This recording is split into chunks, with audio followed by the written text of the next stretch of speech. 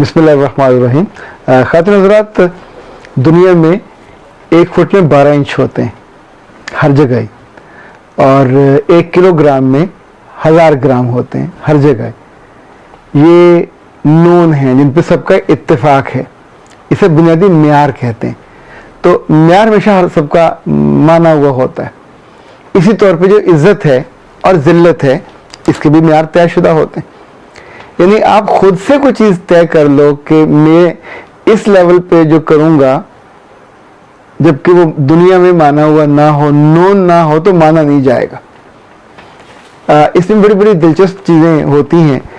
लोग जिद करते हैं, अपनी बात पे इसरार करते हैं, लेकिन उनके कहने से, जिद से, इसरार से, अच्छा आमतौर पे जिनको थोड़ा गुरूर होता है या तकब्बर अंदर होता है, एक कीड़ा थोड़ा सा तंग करता है कि आपको बाकी लोगों से मुख्तलिफ और मुनफरिद नज़र आने का शौक़, तो उस पर आप बाकियों से कुछ मुख्तलिफ काम करना शुरू कर देते हैं।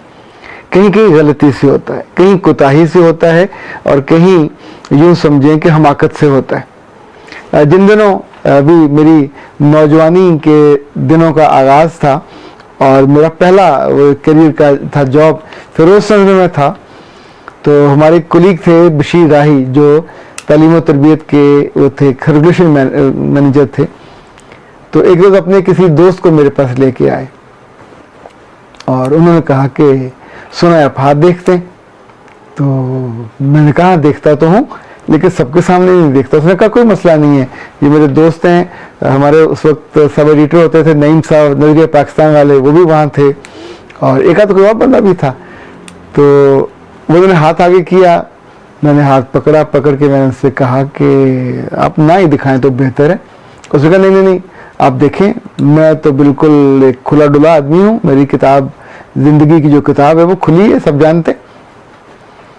एक आध मेरी फैक्ट्री है, मेरे सारे मजदूर, सारे मुलाजिम मुझे जानते। तो मैंने उनका हाथ देख के कहा कि हाथों का मुशाहिदा ये कहता है कि इस तरह के हाथ वाले जो मर्द होते हैं, उनमें मर्दों में पाई जाने वाली तीनों जो डब्ल्यू वाली बीमारियां हैं वो पाई जाती हैं।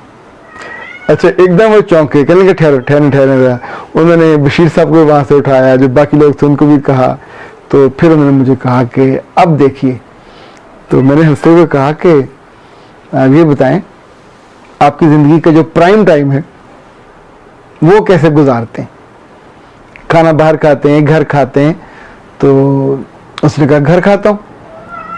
तो मैंने कहा घर में कितनी इज्जत और मोहब्बत है आपकी? उसने कहा बहुत इज्जत है मेरी, इतनी इज्जत है आप तसव्वुर नहीं कर सकते। तो मैंने कहा कोई बताइए कैसे? उसने कहा जब मैं घर जाता हूँ तो बच्चे और मेरी बेगम खाना खा रहे होते हैं, मेरी इज्जत इतनी है उनके दिलों में और उनकी आंखों में कि मुझे देखकर खाना खाते हुए खाना छोड़ के अपने कमरों में चले जाते हैं। फिर मैं अकेला बैठता हूँ, मेरी बेगम आगे खाना रखती है, फिर वो चली जाती है और पूछती है किसी चीज़ की ज़रूरत तो नहीं है, और जब मैं कहता हूँ नहीं तो फिर वो चली जाती है, और खाना खाने के दौरान कोई बंदा मुझे तंग नहीं करता, डिस्टर्ब नहीं करता। तो this is a level of respect. तो मैंने उसे कहा ये असल में लेवल ऑफ डिसरिस्पेक्ट है। जब मोहब्बत होती है तो लोग साथ बैठते हैं, जुड़ते हैं, आपको देखकर खुश होते हैं। मतलब अगर ज़ाती बच्चे और बेगम भी आपको छोड़ के कहीं चली जाती हैं, तो जिस म्यार का आपने तज़किरा किया कि आपकी इज्जत है, ये इतनी कम है कि ज़िंदगी कम हो जाती है। देखिए बहुत से लोगों से जो मेरे पास आते हैं अपने दुखों का और परेशानियों का इजहार करने, उनसे पूछता हूँ कि तुम्हारी खुशी में ख़ानदान कितना है, खाना कैसे खाते हो, उनके साथ कब वक्त गुजारते हो? तो ऐसे बेशतर केसेस में लोग बताते हैं कि वो खाना अकेले खाते हैं, वो टीवी अकेले देखते हैं, वो दफ्तर से आते ही ऐसे करके देखा, अपने कमरे में गए और उसके बाद कपड़े बदल के पढ़ने या टीवी देखने बैठ गए। उन्हें जहर लगता है कोई उनके कमरे में आ जाए, बच्चा हो या कोई और। उन्हें लगता है कि ये मेरा वो टाइम है जब मुझे पूरे प्राइवेसी के साथ बैठना चाहिए और एतमाद से बैठना चाहिए। और उन्हें ये भी लगता है कि मुझे तो लोग तंग नहीं कर रहे, बच्चे और बीवी, तो ये मेरी बड़ी इज्जत कर रहे हैं। खातिन हज़रात, आपको लगता है ये इज्जत है? बिल्कुल इज्जत नहीं है। ये तो एलियन होना है, एक ऐसा फर्द जिसकी सोच में कजी है। उस सोच को दुरुस्त करना लाजमी है। जिसकी इज्जत होती है वो बच्चों की जुबान पे होती है, वो बच्चों के दिल में होती है, वो तो लोग उसको रिकग्नाइज करते हैं।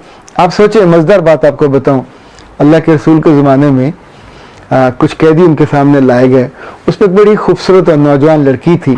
जब वो सामने आई तो उसने कहा कि मेरा बाप एक बहुत शानदार और इज्जतदार आदमी था, वो गरीबों को खाना खिलाता था, वो नंगों को कपड़े पहनाता था, वो बेकसों की और हाजत रवाओं की हाजत पूरी करता था। अगर आप चाहो तो मुझे मेरे बाप की उस इज्जत की वजह से रिहा कर दो। तो अल्लाह के रसूल ने कहा, ये जितनी तुमने बातें बताई हैं ये तो मोमिनों की सिफात हैं, इस खातून को रिहा कर दो। और वो जानते हैं वो खातून कौन थी? वो हातम ताई की बेटी थी। यानी जिसकी रिस्पेक्ट होती है, जिसकी इज्जत होती है, उसकी गवाही अब घर से बाहर भी देते हैं। अच्छा, संस्कृत का एक शेर मैंने पढ़ा था कुछ अर्सा पहले, तो मुझे उसके लफ्ज़ याद है, मैं चाहूँगा कि मैं आपसे उसका तज़किरा करूँ। वो ये था कि वो कहता कि जब मैं कम इल्म था, जब मैं कम फहम था, तो पागल हाथी की तरह गुरूर से भरा हुआ था और लगता था कि यही मैं हूँ और सबसे बड़ा इज्जतदार हूँ और सबसे बड़ा हूँ।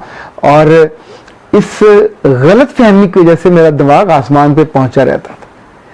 फिर जब मैं अहले इल्म में बैठा, अहले फहम में बैठा, तो मेरा दिमाग आसमान से नीचे आया, ज़मीन पे आया और मुझे इल्म हुआ कि मेरी जो कम इल्मी है, जो कम फहमी है, वो मुझ पे खुली और मैंने अंदर से अपने गुरूर का सर कुचल दिया और अपने आप को नए सिरे से दरियाफ्त किया। मुझे लगता है कि हमारे आसपास ऐसे बहुत से लोग हैं कि जिन्हें अपनी इज्जत के म्यार को ठीक करना चाहिए। इज्जत का म्यार वो है जो लोगों की आंखों में आपको जिंदा रखे, उनकी दिलों में जिंदा रखे, उनकी जुबानों पे गवाही बने और आपकी गैर मौजूदगी में वो आपका जिक्र करके खुश हों, आपकी मौजूदगी में आपको खाने की टेबल पे अकेले छोड़ के अंदर चले जाएं, आपसे बात ना करें, मुंह आपको देखकर रास्ता बदल लें। तो खातिन हज़रात, ये इज्जत नहीं है, ये बिल्कुल इसके बरक्स चीज़ है और ये ज़िंदगी कम करती है, खुशी कम करती है, दुख बढ़ाती है और लोगों की आंखों से गिराती भी है। अल्लाह आपको सलामत रखे, खैरियत से रखे और सलामती को फैलाने और बढ़ाने का बायस बनाए।